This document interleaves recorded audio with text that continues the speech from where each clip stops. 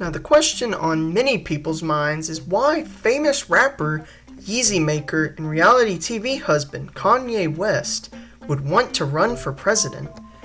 Kanye's political aspirations first started as a joke in 2015 that quickly spiraled into a very real ambition. He announced that he intended to run during the 2015 MTV Movie Awards. I have decided in 2020 to run for president. Kanye, a huge supporter of Trump in the 2016 election, initially stated he would run in 2024 as to not interfere with Trump's 2020 re-election. This all changed suddenly on July 4th of this year when Mr. West took to Twitter stating, "We must now realize the promise of America by trusting God, unifying our vision, and building our future. I am running for President of the United States. Hashtag 2020 Vision." Many did not take his announcement serious for many reasons, the main one being that he had already missed the deadline to register in over 4 states. Over the next couple of days, though, he would go on to reassure the public of his candidacy, while also tweeting about his planned Yeezy shelters. Before he could run, though, Kanye had to collect many signatures backing up his election. So far, this has been his biggest issue.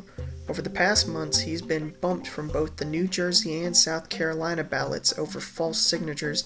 Some of the accused fake signatures standing out are former Democratic candidate Bernie Sanders, Mickey Mouse, and DC superhero Superman. Another state that he is in limbo in is Illinois, where his home city of Chicago is.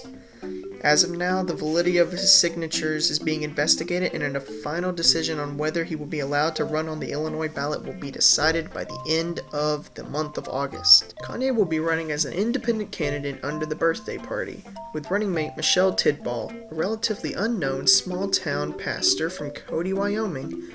The name of his political party came from him stating that when he wins, he will be everyone's birthday.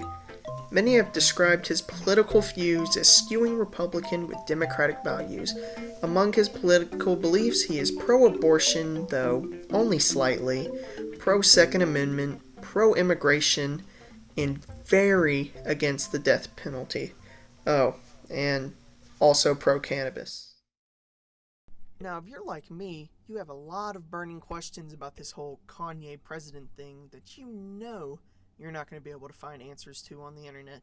So that's why, coming up next, I've got an interview with social studies teacher Mr. Pickering to answer some of the questions I just could not find answers to on the internet.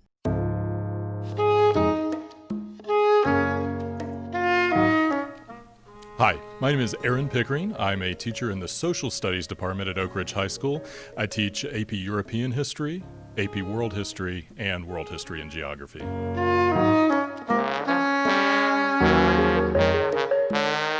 I'm not aware of any candidate in the modern era that has jumped into the election as late as Kanye West has. It certainly hasn't occurred in the modern era.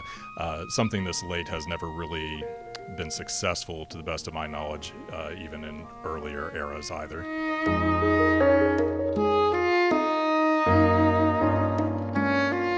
I actually wouldn't say that Kanye's having bad luck getting signatures.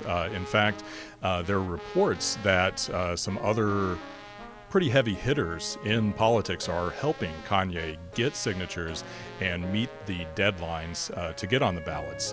There was an incident in Wisconsin, for example, where a attorney that was also working on a case for the Wisconsin Republican Party was seen rushing into election headquarters with a petition with signatures to get Kanye on the Wisconsin ballot at the very, very last minute.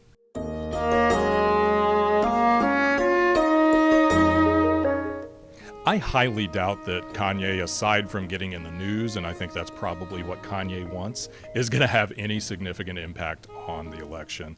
As far as issues, I don't think he's going to change the debate. I don't think his issues are enough to make that happen. I also just don't see the numbers, whether he's on the ballot or whether he is just a write-in candidate, being sufficient enough to even move the dial as far as the vote for the two mainstream party candidates.